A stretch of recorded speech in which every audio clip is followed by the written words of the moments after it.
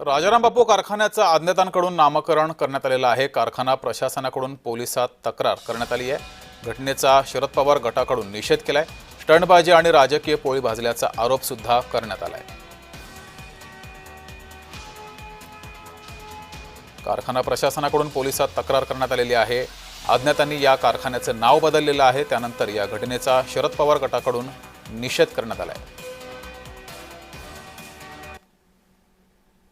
काही लोकांनी अज्ञात इस्मानी राजाराम बापू कारखान्याच्या नावावर राजे विशेष डफळे कारखान्याच्या स्टिकर चिकटून तेव्हा राजाराम बापू कारखान्याच्या नावावर काळीमा फासून या ठिकाणी प्रकार घडलेले। ह्या प्रकारचे आपण तीव्र शब्दात निषेध करतो। राजाराम बापू कारखाना हा एका व्यक्तीच्या मालकीच्या संस्था नाही, हे 12,000 ऊस उत्पादक सभासदांची संस्था आहे। 12,000 ऊस उत्पादक सभासदांचे विश्वास या ठिकाणी आपण संपादन केलेला आहे।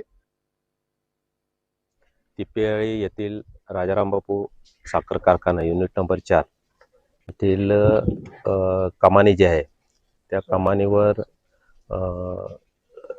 विजयसिंह ढपळे आणि असं नावाचं बॅनर्स लावून खोडसाळपणा करून निघून गेलेलं आहे।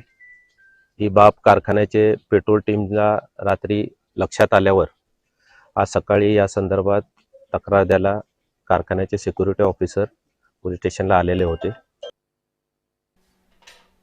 काल जो या ठिकाणी प्रकार घडला जतमध्ये, काही अज्ञात व्यक्तींनी कारखान्याच्या वरती असणाऱ्या राजाराम बापूच्या नावाला काळं फासण्याचा आणि जे चुकीच्या पद्धतीने इथं गैरप्रकार केला, खरं तर त्या घटनेचा या ठिकाणी मी निषेध व्यक्त करतो।